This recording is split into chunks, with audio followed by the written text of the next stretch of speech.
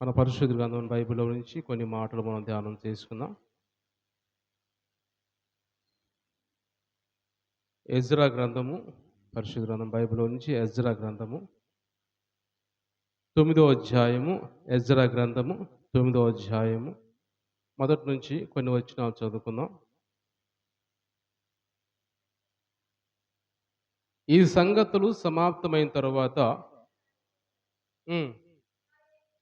ఇశ్రాయేలీయులను,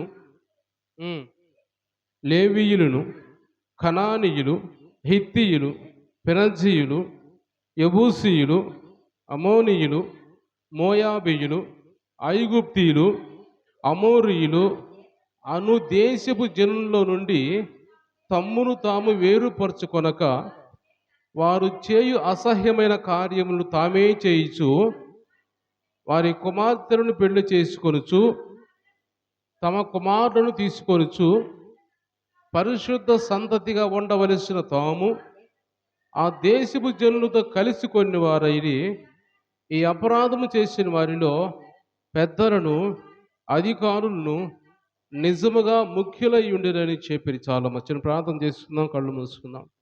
దేవుడి రాత్రి కాలం ఈ వాక్యం ద్వారా మనతో మాట్లాడలాగా నచ్చిన ప్రార్థన చేసుకుందాం.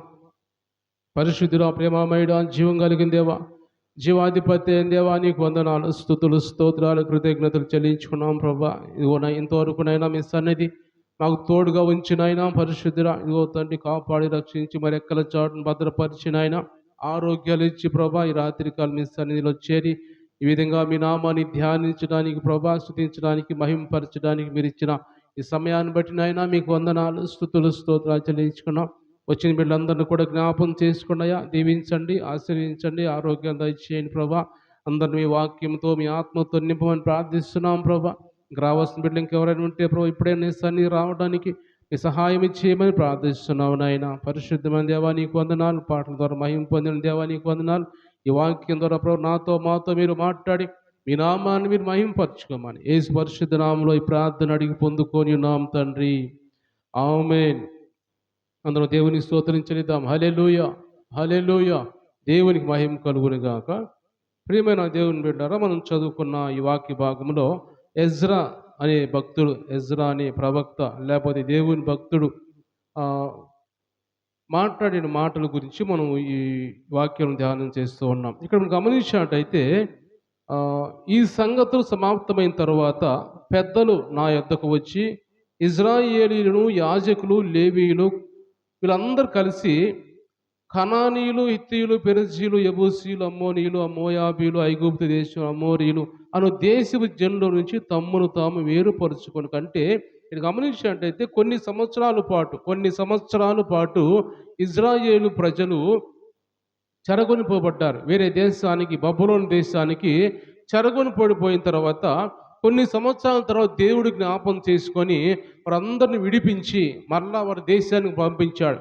వారి దేశాన్ని పంపించి మీ దేశం వెళ్ళండి, మీ దేశం వెళ్ళి మీ దేశంలో మీ మందిరాన్ని కట్టుకోండి, పడిపోయిన ప్రాకారాలు కట్టుకోండి, మంచి బాగు చేసుకోండి అని వాళ్ళని బాగు చేసి మళ్ళా బంధకాల నుంచి విడిపించి పంపించినప్పుడు వాళ్ళందరూ వెళ్ళి ఏం చేస్తున్నారంటే కొంతకాలం అలాగా దేవుడు చెప్పిన మాటలు వినకుండా వాళ్ళు పోయిన తర్వాత సొంత పనులు చేసుకుంటూ వాళ్ళు మరలా ఏవైతే విగ్రహారాధన విడిచిపెట్టారో ఆ విగ్రహారాధికులతో మరలా కలుసుకొని వారితో దేవుడు చేయవద్దన్న పనులు చేస్తూ వాళ్ళతో పాలు పంచుకోవద్దన్న పనులు అని చెప్తే వాళ్ళతో పాలు పంచుకుంటూ వాళ్ళతో కలుసుకుంటూ ఈ విధంగా విగ్రహారాధికులతో కలుసుకొని మళ్ళా వాళ్ళు దేవుని దుఃఖపెట్టేవారుగా ఉన్నట్టుగా దేవుని వాక్యం మనం చూస్తూ ఉన్నాం.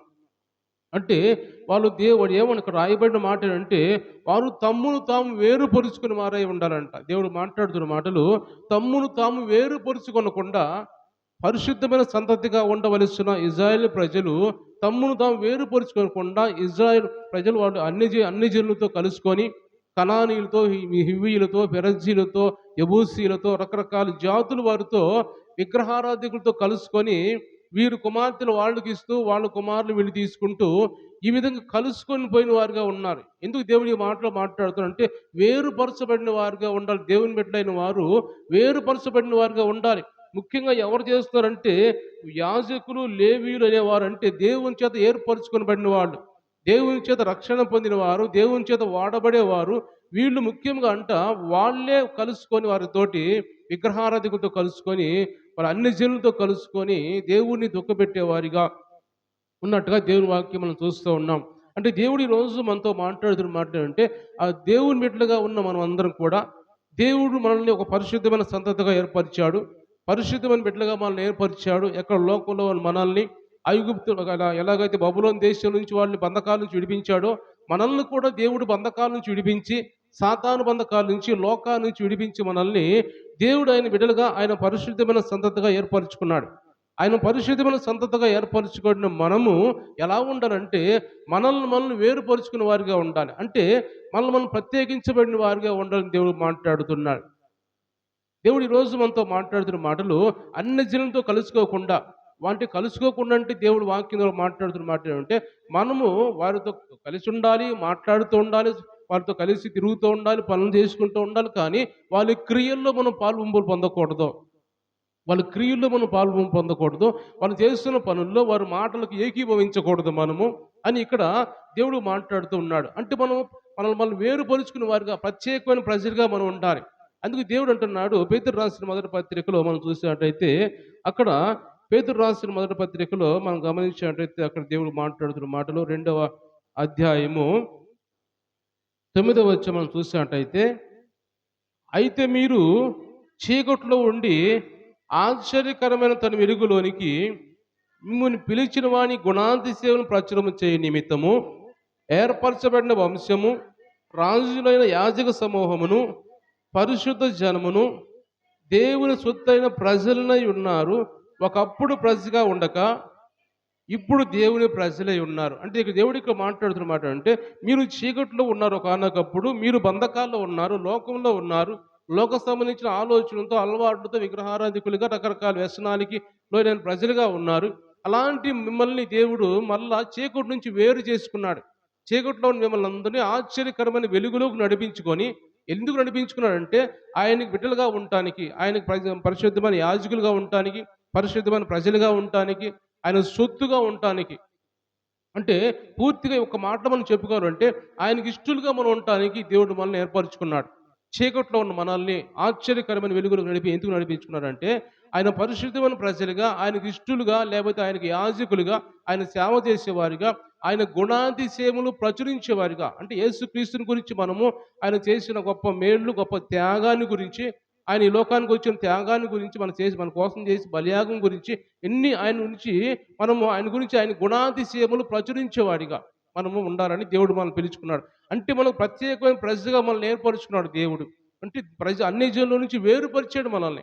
వేరుపరిచి మనల్ని దేవుడు ఏర్పరచుకుని మనము ఎలాగుండాలని దేవుడు మాట్లాడుతున్నాడు అంటే మనము ప్రత్యేకమైన వారిగా ఉండాలి. మనం చూస్తున్నప్పుడు అన్ని జనులు మనం చూస్తున్నప్పుడు మన క్రియలు ప్రత్యేకంగా ఉండాలి, మన పద్ధతి ప్రత్యేకంగా ఉండాలి, మన మాటలు ప్రత్యేకంగా ఉండాలి. అన్నీ కూడా వాక్యానుసారమైన విధంగా మనం ఉండాలని దేవుడు మాట్లాడుతున్నాడు. మన నోరు తెలిస్తే వాక్యానుసారమైన మాటలు రావాలి. లోక సంబంధించిన మాటలు, వ్యర్థమైన మాటలు, ఆ లోక సంబంధించిన లాంగ్వేజ్ మనలో నోటి నుంచి రాకూడదు. మన నోటి నుంచి ఏది రావాలి? దేవుని బిడ్డలైన మనము, పరిశుద్ధమైన జనం, దేవుని సొత్తు అయిన మనము, దేవునికి ఇష్టమైన వారు ఉన్న మనం మన నోటి నుంచి ఏమి మాటలు రావాలంటే వాక్యానుసారమైన మాటలు, దీవెనకరమైన ఆశీర్వాదకరమైన మాటలు మన నోటి నుంచి రావాలని దేవుడు మాట్లాడుతున్నాడు. కాబట్టి మనము ప్రత్యేకించబడిన వారు మనము అని దేవుడు మాట్లాడుతున్నాడు. మీరు ప్రత్యేకించబడిన వారు అని మనం గమనించండి. దేవుని వాక్యం చూసినట్టయితే మరొక మాట మనం గమనించినట్టయితే యోహాను సువార్తలో మనం చూసినట్టయితే ఒక మాట 15వ అధ్యాయంలో 19వ వచనం చదువుదాం.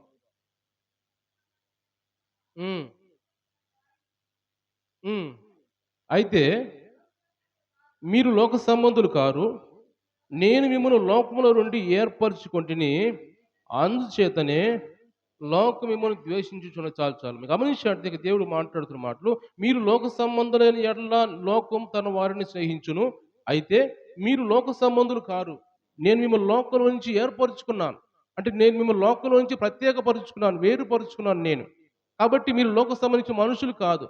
కాబట్టి ఈ లోకం మిమ్మల్ని గుర్తెరగదు, కానీ మీరు నన్ను గుర్తెరుగుతారు. ఎందుకంటే మీరు లోక సంబంధులు కారు కాబట్టి. దేవుడు ఇక్కడ మాట్లాడుతున్న మాట ఏమంటే మీరు లోకంలో నుంచి నేను మిమ్మల్ని ఏర్పరుచుకున్నాను, మేము పిలుచుకున్నాను. అంటే చీకట్లో మిమ్మల్ని ఆశ్చర్యకరమైన నా వెలుగులోకి మిమ్మల్ని నడిపించుకున్నాను. కాబట్టి మీరు ఎలా ఉండాలంటే, మీరు పరిశుద్ధమైన జీవితాన్ని జీవించాలి. ఇక్కడ యెజ్రా గ్రంథం మనం చదువుకున్న మాటల్లో అంటున్నాడు అక్కడ, వీళ్ళు పరిశుద్ధమైన సంతతిగా ఉండవలసిన వీళ్ళు, అలా ఉండకుండా అన్ని జనులతో కలుసుకొని, వారు చేసే క్రియల్లో పాలు పొందుతూ ఉన్నారు. వారు చేసే పనులు వీళ్ళు చేస్తూ ఉన్నారు. అని ఇక్కడ ఎజ్రా అనే ప్రవక్త తోటి కొంతమంది ప్రజలు వచ్చి మాట్లాడుతున్నప్పుడు, ఎజ్రా ప్రవక్త ఆ మాటలు విన్నప్పుడు ఆయనకి ఎంత భయంకరంగా ఆయనకి భయమో లేకపోతే బాధో ఒక ఏమొచ్చిందంటే ఎంత బాధపడుతూ ఉంటాడు. అంటే ఏడుపుస్తుంటది ఆయనకి. ఏడుపొచ్చి గడ్డం పీక్కుంటూ ఉంటాడు. లేకపోతే జుట్టు లాక్కుంటూ ఉంటాడు. బట్టలన్నీ పెరుక్కుంటూ ఉంటాడు. ఎందుకంటే దేవుడు మనల్ని పరిశుద్ధమైన వారిగా ఉంచితే ఎందుకు మరలా ఇలా చేస్తున్నారు? ఎందుకు మరలా లోకంలో కలిసిపోతున్నారు మీరు? ఇంతకాలం మనం బంధకాల్లో ఉన్నాం కదా! బంధకాల నుంచి దేవుడు మనల్ని విడిపించాడు కదా! దుష్టుడి బంధకాల్లో, సాతాను బంధకాల్లో, అలాంటి బంధకాల్లో మనం మగ్గిపోతున్నప్పుడు, అలాంటి వారిని మనం లోకం నుంచి వేరు చేయబడిన మనము, ఎందుకిలాగ మనం ఇంకా లోకంలోనే మళ్ళా తిరిగి అటు చూస్తూ ఉన్నాం? దేవుడు మన కోసం చేసిన త్యాగమంతా ఏమవుతుంది? దేవుడు మన కోసం చేసిన బలియాగం అంతా ఏమవుతుంది? అది జ్ఞాపకం రావట్లేదేమో గానీ, దేవుడు ఈరోజు మనతో కూడా మాట్లాడుతున్నాడు. ఎజ్రా ప్రవక్త ఎంతగా బాధపడ్డాడో, ఎందుకిలా చేశారు వీళ్ళని ఉపవాసం ఉండి ఆయన కొన్ని రోజుల పాటు ఉపవాసం ఉండి దేవుని దగ్గరికి దేవుని సన్నిధిలో ప్రార్థన చేస్తూ ఉన్నాడంట ఆయన కూడా. అంటే మనము దేవుని బిడ్డలుగా ఉండవలసిన మనము వేరుపరచబడిన వారుగా ఉండాలి. సెపరేట్ అయిన వారుగా మనం ఉండాలి. దేవుడు మాట్లాడుతున్నాడు. కాబట్టి దేవుని బిడ్డలు గమనించినట్టయితే యేసు ప్రభు కూడా ఎలాంటి వాడుగా ఎలాంటి జీవితాన్ని ఈ లోకంలో ఉన్నప్పుడు జీవించాడు అని మనం చూసినట్టయితే హెబీలు రాసిన పత్రిక ఒక మాట చదువుకుందాం. హెబీలు రాసిన పత్రిక 7వ అధ్యాయము 26వ వచనం చదువుకుందాం. హెబీలు రాసిన పత్రిక 7వ అధ్యాయము 26వ వచనం చదువుకుందాం. పవిత్రుడును, నిర్దోషియు, నిష్కల్మషుడును, పాపంలో చేరక ప్రత్యేకముగా ఉన్నవాడును, ఆకాశ మండలము కంటే మిక్కిలి హెచ్చైన వాడునైనా ఇట్టి ప్రధాన యాజకుడు మనకు సరిపోయిన వాడు. దేవుని స్తోత్రం చెల్లిద్దాం. హల్లెలూయా. దేవుని బిడ్డలు గమనించినట్టయితే ఇక్కడ దేవుడు మాట్లాడుతున్నాడు. ఆయన ఎలాంటి వాడు, ఆయన ఎలాంటి దేవుడు అని మనం గమనించినట్టయితే, ఎందుకంటే ఆయన ఎలాంటి వాడు, ఆయన బిడ్డలైన మనం కూడా, ఆయన సంతతి అయిన మనం కూడా అలాగే ఉండాలని దేవుడు మాట్లాడుతున్నాడు. ఆయన పవిత్రుడు, నిర్దోషి, నిష్కల్మషుడు అంట. పాపుల్లో చేరక ప్రత్యేకంగా ఉన్నవాడు ఆయన. పాపుల్లో చేరల. ఈ లోకంలో ఉన్నాడు ఆయన. ఈ లోకంలో జీవించాడు. ఈ లోకంలో సంచారించాడు. ఎక్కడికి వెళ్ళాడు ఆయన? పాపుల మధ్యలోకి వెళ్ళాడు. వారితో కలిసి భోజనం చేశాడు. వారితో కూడా సంభాషణ చేశాడు. వాళ్ళతో మాట్లాడాడు. ఎన్ని చేసినా కానీ ఆయన ఆలోచనలు ఏమాత్రం లోకం అయిపోలేదు. అంటే ప్రత్యేకించబడిన వాడిగా ఉన్నాడు. పాపుల్లో చేరక ప్రత్యేకించబడిన వాడిగా ఉన్నాడని ఇక్కడ దేవుడు వాక్యం మనం మాట్లాడుతుంది. అంటే వేరుపరచబడిన వారుగా ఆయన జీవితం అంతా కూడా 33.5 సంవత్సరాలు భూమి మీద జీవించినా కానీ అంత జీవితంలో పాపుల నుంచి వేరుపరచబడిన వాడిగా ఉన్నాడు. వాళ్ళ మధ్యలోకి వెళ్తున్నాడు. వారి కోసం ప్రార్థన చేస్తున్నాడు. వాళ్ళని బాగు చేస్తూ ఉన్నాడు. వాళ్ళని మారుస్తూ ఉన్నాడు. ఎన్ని చేస్తున్నా కానీ లోకంలో ఉన్నప్పుడు ఆయన ఆయన ఆలోచన లోకంలోకి వెళ్ళకుండా ఉన్నాడు. అంటే దేవుడు మాట్లాడతాడు. అక్కడ మనం చూసినట్టయితే యోహాను సువార్తలో 8వ అధ్యాయం 46వ వచనం గమనించినట్టయితే, నా యందు పాపం ఉన్నదని ఎవరు స్థాపించగలంటాడు. అంటే నాలో పాపం అని ఎవరైనా చూపించగలరా? ఎందుకంటాడంటే ఆయన ప్రత్యేకంగా ఉన్నవాడు కాబట్టి ఆయనలో పాపం అనేది లేదు. దూరంగా ఉంటా అంటే పాపం లోకంలో ఉన్నా కానీ ప్రత్యేకంగా ఉన్నాడు. లోకంతో కలుసుకోవాలి. లోకస్తుతో మాట్లాడాలి. లోకం సంబంధించి మనుషులతో తిరగాలి. అన్నీ చేయాలి కానీ వాళ్ళ క్రియల్లో పాల్పంపులు పొందకూడదు. వారి మాటలకు ఏకీభవించకూడదు. మనం వ్యర్థమైన మాటలు మాట్లాడుతున్నప్పుడు వాటిలో ఏకీభవించకూడదు. మనకు వినబడినట్టుగా మనం ఉండాలి. వాటిని మనం ఎందుకంటే మనము దేవుని బిడ్డలం కాబట్టి ఒక ఆలోచన ఎక్కడికి పోయినా మనం చేయాలి. ఎందుకంటే మనం ఎక్కడికి పనికి వెళ్తున్నా కానీ, ఉద్యోగానికి వెళ్తున్నా కానీ, ఎక్కడికి వెళ్తున్నా కానీ మనం ఒక మాట మాత్రం మర్చిపోకూడదు. ఏమిటంటే నేను దేవుని బిడ్డని. దేవుడు నన్ను ప్రత్యేకపరుచుకున్నాడు. దేవుడు నన్ను వేరుపరిచాడు లోకం నుంచి.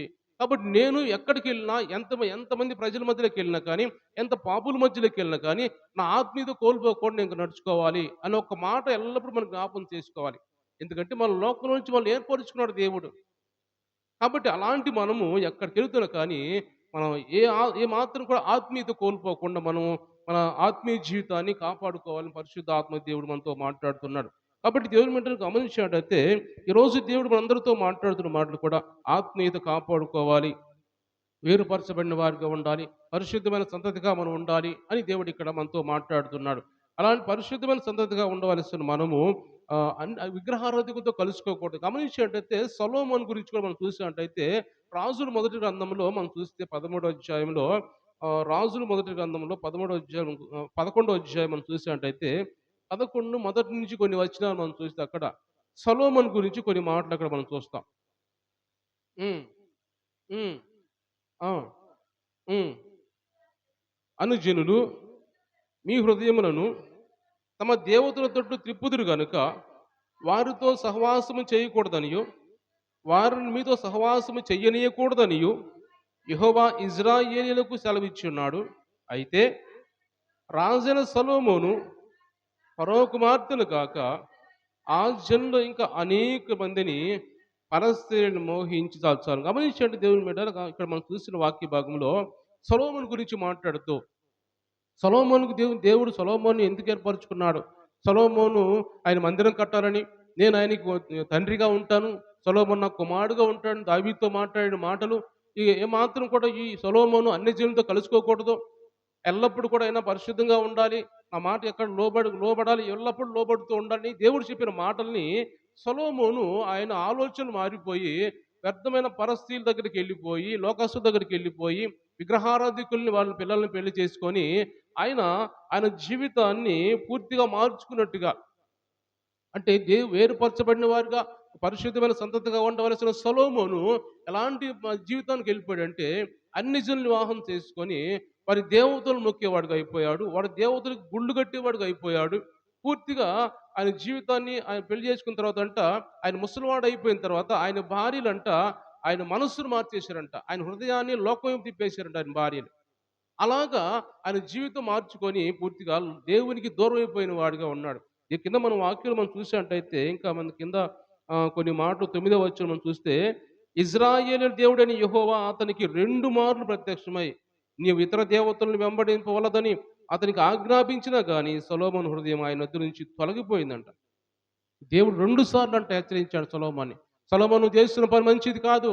నువ్వు పరిశుద్ధమైన సంతతిగా ఉండవలసిన వాడివి. నేను నిన్ను ఏర్పరచుకున్నాను అని 2 సార్లు దేవుడు సొలొమోన్ని హెచ్చరించిన గాని, గద్దించిన గాని సొలొమోను హృదయం అంట దేవుని దగ్గర నుంచి తొలగిపోయిందంట పక్కకి. సొలొమోను హృదయంలో దేవుడు లేడింకా. లోకం వచ్చి పడిపోయింది. విగ్రహారాధన నుంచి పడిపోయింది. కాబట్టి ఇక ప్రత్యేకించబడిన వాడుగా లేడు ఇక్కడ సొలొమోను.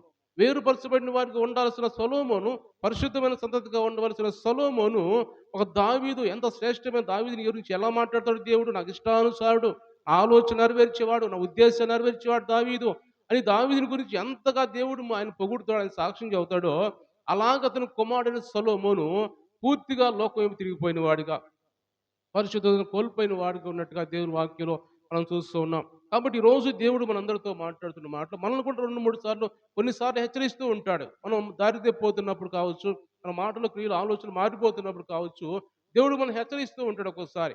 హెచ్చరిస్తున్నప్పుడు ఆ హెచ్చరికను మనం తీసుకొని మనం సరి చేసుకున్నట్టయితే దేవుడు మనల్ని కంటిన్యూగా ఆయన బిడ్డలుగా మార్చుకుంటాడు.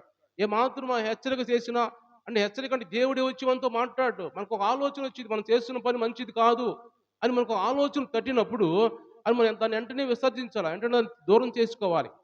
అలా కాకుండా మనము పర్వాలేదులే ఏం కాదులే అని మనం దాన్ని తీసుకున్నామంటే మన సొలొమోను హృదయంలోంచి దేవుడు తొలగిపోయినట్టుగా మన హృదయంలో నుంచి కూడా దేవుడు తొలగిపోతాడు. అలాగే మనము ఒక్కొక్కసారి దేవుడు మనం హెచ్చరిస్తున్నప్పుడు ఆ హెచ్చరిక మనం తీసుకోవాలి. తీసుకొని మన హృదయాలను బాగు చేసుకోవాలని దేవుడు మాట్లాడుతున్నాడు. ఇక్కడ సొలొమోను అలా తీసుకోలేదు. దేవుడు ఆ మాటలు తీసుకోలేదు. దూరంగా అంటే ఆయన తొలగిపోయినట్టుగా దేవుని వాక్యం నుంచి మనం చూస్తూ ఉన్నాం. కాబట్టి దేవుని మీద గమనించినట్టయితే మనం అందరం కూడా దేవుని బిడ్డలైన మనము ఈరోజు దేవుని మందిరంలోకి వచ్చి ఆయన పరిశుద్ధమైన మందిరంలోకి వచ్చి, లేకపోతే ఆయన అది యాకోబు మాట్లాడినట్టుగా ఇది ఒక భయంకరమైన ప్రదేశము, ఇది పరిశుద్ధమైన ప్రదేశం, ఇది పరలోకపు గవిని అని దేవుని మందిరాన్ని గురించి మాట్లాడినట్టుగా అలాంటి మందిరంలోకి మనం వచ్చాం ఈరోజు. అలాంటి మందిరంలోకి వచ్చిన మనం అందరూ కూడా పరిశుద్ధమైన సంతతిగా ఉండాలి. అలాంటి మంచి వచ్చిన మనందరూ కూడా వేరుపరచబడిన వారిగా ఉండాలి. దేవుడు మనందరినీ లోకం నుంచి ఏర్పరచుకున్నాడు, ఆయన సపరేట్ చేసాడు మనల్ని. అలానే చేయబడిన మనము అందరం కూడా ఎలా ఉండాలంటే ఆయన పరిశుద్ధమైన సంతతిగా ఉండాలి. ఆయనకి యాజకులుగా ఉండాలి. ఆయన సొత్తైన ప్రజలుగా మనం ఉండాలి. ఆయన గుణాతిశయములను ప్రచురించే వారిగా మనం ఉండాలి. కాబట్టి అలాగ మనం ఉండాలని దేవుడు కోరుకుంటూ ఉన్నాడు. ఇవన్నీ ఈరోజు వచ్చిన మనందరం కూడా ఎంతోమంది దేవుని సన్నిధి దూరం అయిపోతున్నప్పటికీ వచ్చిన మనందరం వింటున్న మాటలన్నీ కూడా మనం తీసుకున్నట్టయితే, మన హృదయంలో కూడా సరిచేసుకున్నట్టయితే ఆయన మనల్ని అలాగా ఆయన బిడ్డలుగా, ఆయనకి ఇష్టమైన వారిగా, ఆయన సంతతిగా చేసుకుంటాడని పరిశుద్ధ ఆత్మ దేవుడు ఈరోజు మనతో మాట్లాడుతున్నాడు. కాబట్టి దేవుని బిడ్డలు గమనించినట్టయితే మనకు చాలా విషయాలు మనం చదువుకోవచ్చు. దేవుని వాక్యం నుంచి ఒక మాట చదువుకుందాం. కొరింథీయులకు రాసిన 2వ పత్రిక, అపోస్తలుడైన పౌలు కొరింథీయులకు రాసిన 2వ పత్రిక 6వ అధ్యాయం 14వ వచనం చదువుకుందాం. 6వ అధ్యాయం 14వ వచనం చదువుకుందాం. అవిశ్వాసులతో జోడుగా ఉండకుడి. నీతికి దుర్నీతితో ఏమి సాంగత్యము? వెలుగునకు చీకటితో ఏమి పొత్తు? క్రీస్తునకు బెలియాలతో ఏమి సంబంధము? అవిశ్వాసితో విశ్వాసికి పాలెక్కడది? దేవుని ఆలయమునకు విగ్రహములతో ఏమి పొందిక? మనము జీవము గల దేవుని ఆలయమై ఉన్నాం. చాలు చాలమ్మా. ఇప్పుడు దేవుడు మనతో మాట్లాడుతున్న మాట ఏమిటంటే, మీరు అవిశ్వాసంతో జోడుగా ఉండకండి.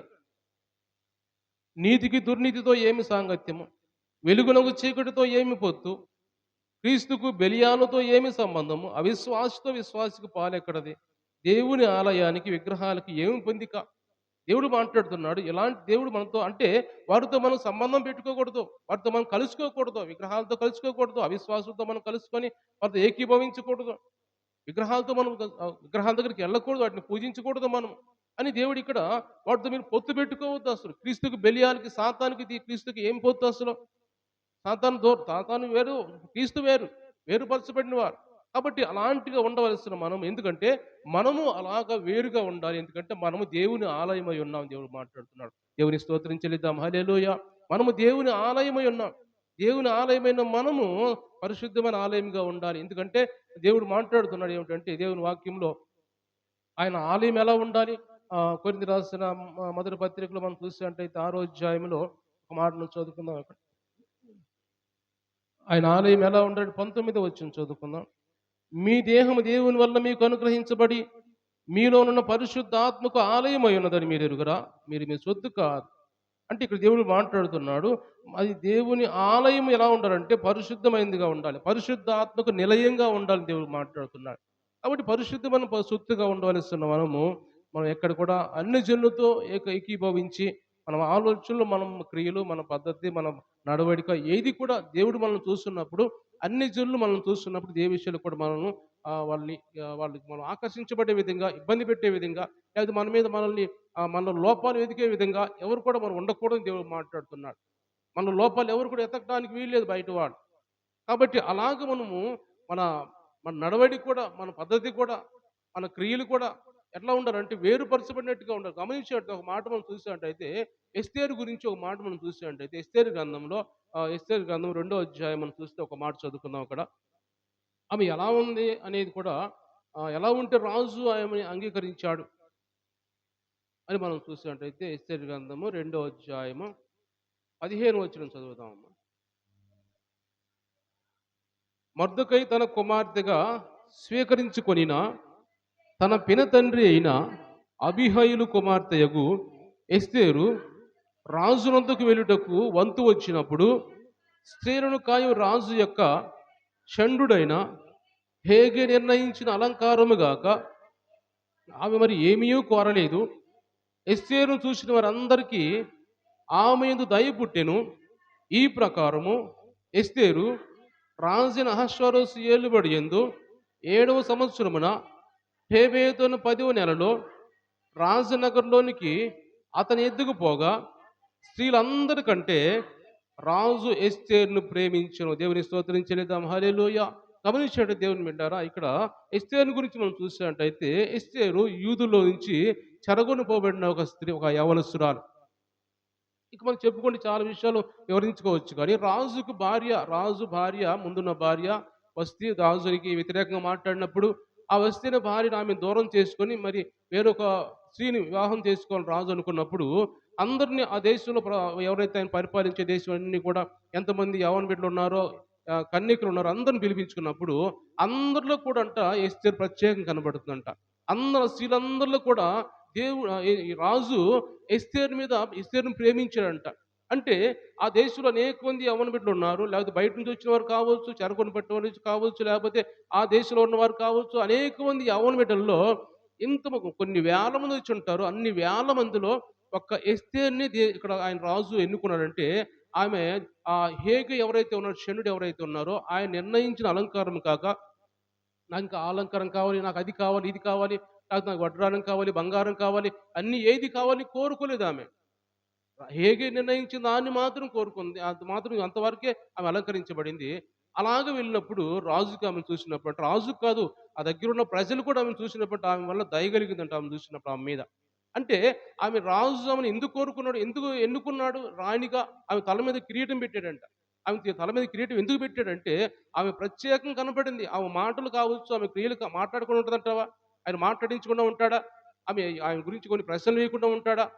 మాట్లాడి ఉంటది. ఆమె మాటలు కావచ్చు, ఆమె క్రియలు కావచ్చు, ఆమె పద్ధతి కావచ్చు, అన్ని విషయాల్లో కూడా ఆయనకి నచ్చిందనమాట. అంటే ప్రత్యేకించబడినట్టుగా ఉంది. కాబట్టి ఆమెను ఎన్నుకొని ఆమె తల మీద కిరీటం పెట్టాడు. ఈరోజు దేవుడు మనందరితో మాట్లాడుతున్న మాటలు కూడా ఏమిటంటే, మనము కూడా దేవుడు మనల్ని చూస్తున్నప్పుడు, దేవుడు మనల్ని ఎన్నుకోవాలంటే, దేవుడు మనల్ని ఆయన పరిశుద్ధమైన బిడ్డలుగా ఎన్నుకోవాలంటే, మనము కూడా ప్రత్యేకంగా మనం కనపడాలి ఆయనకి. ప్రత్యేకంగా కనపడాలి. ఆకాశం చూసినప్పుడు, తండ్రి చూసినప్పుడు, ఈ భూమి మీద ఎవరిలో యేసు ప్రభుని ఎవరు గర్భాన్ని వేయాలి అని చూసినప్పుడు, ఎప్పుడు ఎవరు కనపడ్డారు? కన్యకగా పరిశుద్ధమైన కన్యక ఎవరు కనపడ్డారు? మరియ కనపడింది.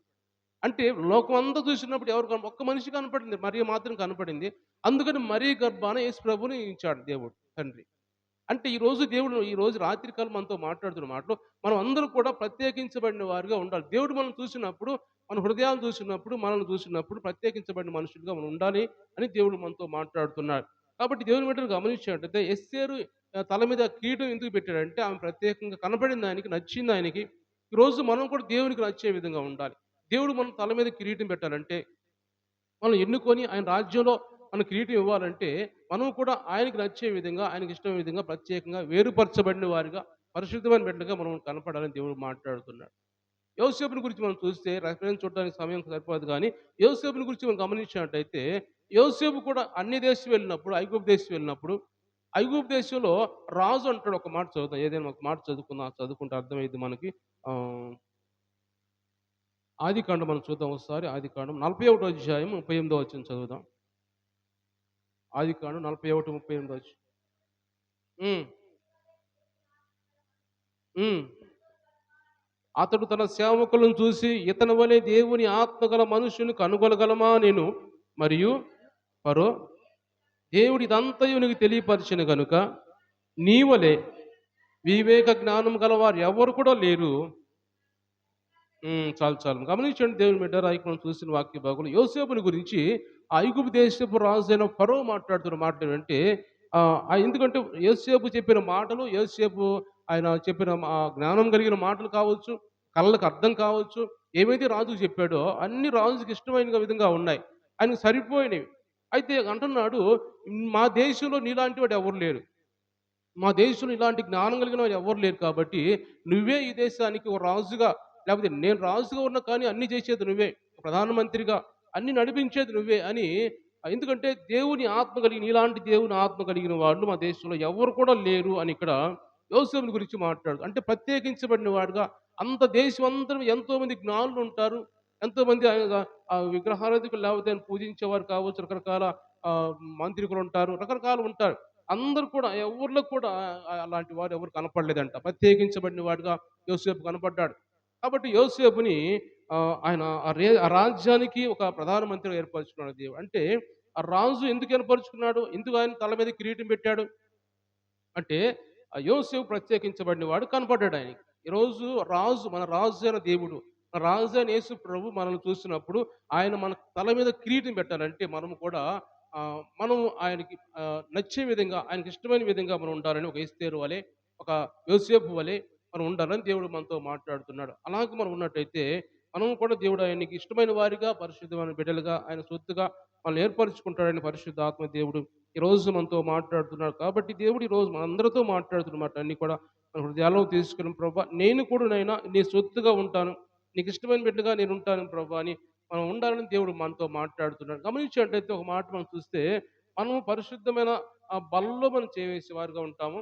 అదే పరిశుద్ధమైన దాంట్లో చేయి వేస్తూ, లేకపోతే ఆహ్, దయ్యముల బల్ల మీద కూడా చేయి వేసే వారుగా ఉండకూడదని మనం చూస్తే ఒక మాట చదువుకున్న కొరింథీయులకు రాసిన పత్రికలో మనం చూసినట్టయితే మొదటి పత్రిక 10వ అధ్యాయం చూద్దాం ఒకసారి.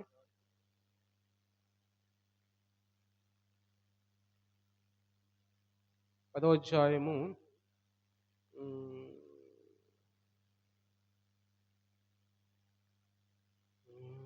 20 వచనం చదువుదాం. 19 చదువుదాం.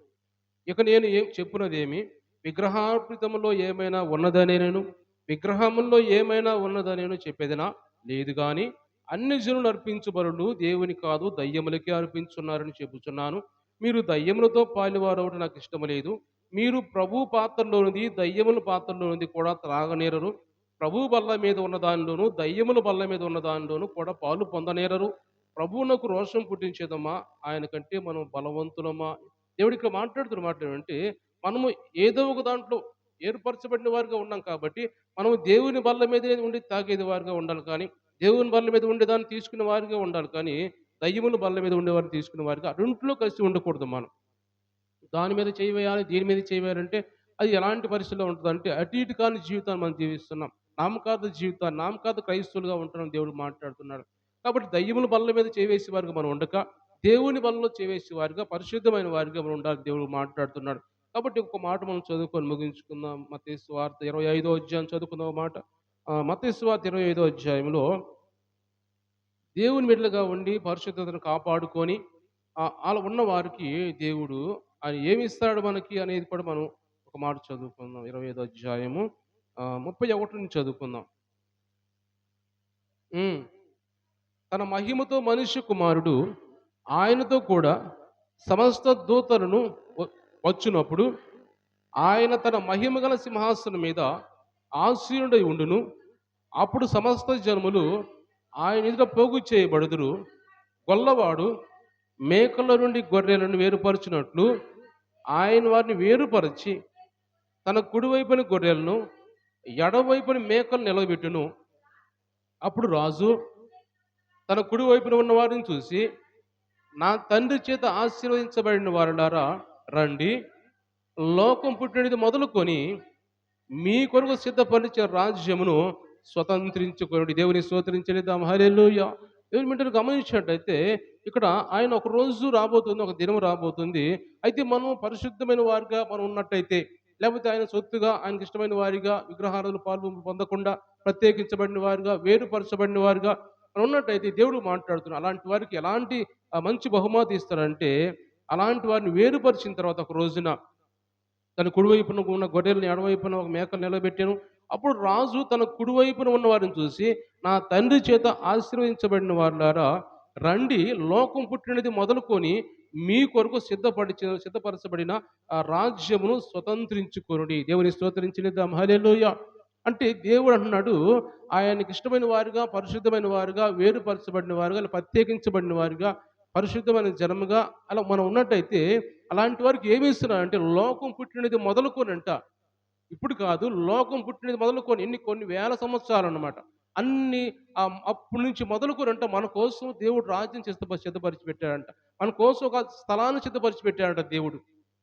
ఇప్పుడు కాదు, ఏదో మనం రక్షణ పొందినప్పుడు కాదు, కానీ మన గురించి ఆయనకు ముందే తెలిసి లోకం పుట్టినది మొదలుకొని మీకోసం రాజ్యం సిద్ధపరిచి పెట్టాను, మీకు స్థలం సిద్ధపరిచి పెట్టాను పరలోక రాజ్యంలో, దాన్ని మీరు స్వతంత్రించుకోండి అని దేవుడు అలాంటి వారి కోసం మాట్లాడుతూ ఉన్నాడు. అంటే పరిశుద్ధపరచబడి దేవుని ఇష్టలుగా ఉన్న వారి కోసం అంట లోకం పుట్టినది మొదలుకొని కొన్ని వేల సంవత్సరాలు మొదలుకొని ఇప్పటి వరకు కూడా ఆయన రాజ్యం సిద్ధపరిచి పెట్టాడు మన కోసం. నీకు నాకు అందరు కూడా అలాంటి రాజ్యం సిద్ధపరిచి పెట్టాడు. అనుకోవచ్చు మనం, నా కోసం కూడా పెడతాడు, రాజ్యం సిద్ధపరుస్తాడా, నా కోసం కూడా రాజ్యంలో స్థలం ఉంటుంది అనుకోవచ్చు. కానీ ప్రతి ఒక్కరి కోసం దేవుడు రాజ్యం స్థలం సిద్ధపరిచి పెట్టాడు. కాబట్టి మనం తప్పిపోకుండా వాళ్ళు కలుసుకొని పోయి ఇజ్రాగ్రంథం మనం చూసినట్టుగా వాళ్ళు కలిసిపోయి వేరుపరచబడిన వారుగా, పరిశుద్ధమైన వారుగా ఉండవలసిన వారు కలుసుకునే విధంగా మనం ఉండకుండా ఉన్నట్టయితే, మనం సపరేట్గా ఉన్నట్టయితే, మనం కూడా అలాంటి రాజ్యం మన కోసం సిద్ధపరిచి పెట్టాడు దేవుడు. దాన్ని మనం స్వతంత్రించుకునే రోజులు దగ్గరలో ఉన్నాయి కాబట్టి, చాలా దగ్గరలో ఉన్నాయి. దేవుడు రాకడ సమీపంగా ఉంది కాబట్టి మనందరూ మనల్ని వేరుపరుచుకొని పరిశుద్ధమైన వారుగా ఉండి ఇక్కడి నుంచి మనం ప్రతిరోజు, మళ్ళా చెబుతున్నాను, ఎక్కడికి వెళ్ళినా, ఏ ప్రజల మధ్యలోకి వెళ్ళినా, ఏ పాపుల మధ్యలోకి వెళ్ళినా కానీ మనం దేవుని బిడ్డలమి, పరిశుద్ధమైన వారిని దేవుడు మనల్ని ఏర్పరచుకున్నాడు అని ఒక్క ఆలోచన మన మైండ్లో ఉంచుకొని పోయినట్టయితే మనకి ఎలాంటి ప్రాబ్లం ఉంటుంది. ఎందుకంటే మన ఆలోచన మనలో ఉన్నప్పుడు మనలో భయం ఉంటుంది కాబట్టి మనం ఏ మాట మాట్లాడడం, బయటికి లోక సంబంధించిన వారితో మనం ఏకీభవించము, మన క్రియల్లో పొందుకోము మనం. కాబట్టి అలాంటి ఆలోచన కలిగి మీరు ఎక్కడికి వెళ్తున్నా ప్రతిరోజు ఆలోచన కలిగి ఉండండి. ఎందుకంటే ఆలోచన మనలో ఉంటే మనకు భయం ఉంటుంది, దేవుడు భయం ఉంటుంది. కాబట్టి నేను దేవుని బిడ్డని, దేవుడిని ఏర్పరచుకున్నాడు, దేవుని రక్షణ ఇచ్చాడు, కాబట్టి నేను ప్రత్యేకంగా ఉండాలి అనే ఒక ఆలోచన మనకు ఉంటుంది. కాబట్టి అలాగ మనము ఈ మాట జ్ఞాపకం చేసుకుందాం. మనం కూడా ప్రత్యేకించబడిన వారుగా, వేరుపరచబడిన వారుగా ఉందాం. వారందరూ ఎప్పుడు మారిపోయారయ్యా అంటే ఎజ్రా శాస్త్రి ఎవరైతే ఉన్నారో ఆయన దేవుడు ఏర్పరచుకున్న ఆయన, ఆయన ప్రార్థన చేసి ఆయన కన్నీటి ప్రార్థన, ఉపవాస ప్రార్థన చేసినప్పుడు వారందరూ మార్పు చెందారు. ఆ అధ్యాయాలు మనం చూస్తే 10వ అధ్యాయం యెజ్రా గ్రంథం మనం చూసినట్టయితే ప్రజలందరూ పోయి, అయ్యా మేము ఇక ప్రార్థన చేయాల్సిన అవసరం లేదు. మేమందరం మార్పు చెందాం. మా జీవితాలు మార్చుకున్నాం. మీరు ప్రార్థన దేవుడు విన్నాడు. మేమందరం మార్పు చెందాం కాబట్టి మేము ఇంక అక్కడ కూర్చొని ప్రార్థన చేయాల్సిన అవసరం లేదు. నువ్వు లేచి వచ్చేసి నువ్వు ఏది చెబితే మేము అది వింటాం. నువ్వు ఎలా ఏం చేయమంటే అది చేస్తాం మేము. మేము వేరుగా ఉండటానికి ఇష్టపడుతున్నాం. సెపరేట్‌గా ఉండటానికి ఇష్టపడుతున్నాం మేము అని ఎజ్రా అనే భక్తుడితోటి ప్రజలు వెళ్లి ఆయనతో మాట్లాడి ఆయన ప్రార్థన దగ్గర నుంచి లేపుతారు ఆయన్ని. ఒకసారి మేము మార్పు చెందాంలే అన్నప్పుడు ఆయన లేచి వాళ్ళు కొన్ని విషయాలు, కొన్ని ఆజ్ఞలు, కొన్ని దేవుని మాటలు చెప్పినప్పుడు అందరూ తిరిగి మళ్ళా పరిశుద్ధమైన సంతతిగా ఏర్పరచబడ్డారు. దేవుని స్తోత్రం చెల్లిద్దాం. హల్లెలూయా. మనం కూడా ఇంకా మనలో ఏం లోపాలు ఉంటే ఆ లోపాలు సరి చేసుకొని మళ్ళా దేవుని బిడ్డలుగా మార్పు చెందాం. ఆయనతో కలిసి ఆయన బిడ్డలుగా ఆ చీకటిలో నుంచి ఆశ్చర్యకరమైన వెలుగులోకి నడిపించిన మనం ఎలా ఉండాలంటే ఆయన గుణాతిశయాలను ప్రచురించేవారుగా, పరిశుద్ధమైన యాజకులుగా ఉండాలని దేవుడు మాట్లాడుతున్నాడు. అలాంటి జీవితం మనం జీవిద్దాం. దేవుడి ఈ వాక్య భాగం దీవించి ఆశీర్వదించును గాక. కళ్ళు మూసుకుందాం, ప్రార్థన చేస్తున్నాం అందరం కూడా కొద్దిసేపు. ఈ వాక్యం ప్రకారం ప్రార్థన చేద్దామా? శ్రేష్టమైన దేవుని వాక్యం వినబడినప్పుడు, దేవా నేను ప్రభా ఇదిగో నేను కూడా వేరుపరచబడిన వారిని, లోకంలో నుంచి నన్ను వేరుపరిచావయ్యా. అలాంటి నేను ప్రత్యేకంగా ఉండాలి. నా మాటలు, నా క్రియలు, నా ఆలోచన, నడవడిక లోకస్తులు నన్ను చూసినప్పుడు నాయన ఎక్కడ ప్రభా ఏ విషయంలో కూడా నేను ప్రభా ఇదిగో నువ్వు దుఃఖపెట్టే విధంగా నేను ఎక్కడ ఉండకూడదు నాయన. నా ప్రతి విషయంలో కూడా నాయన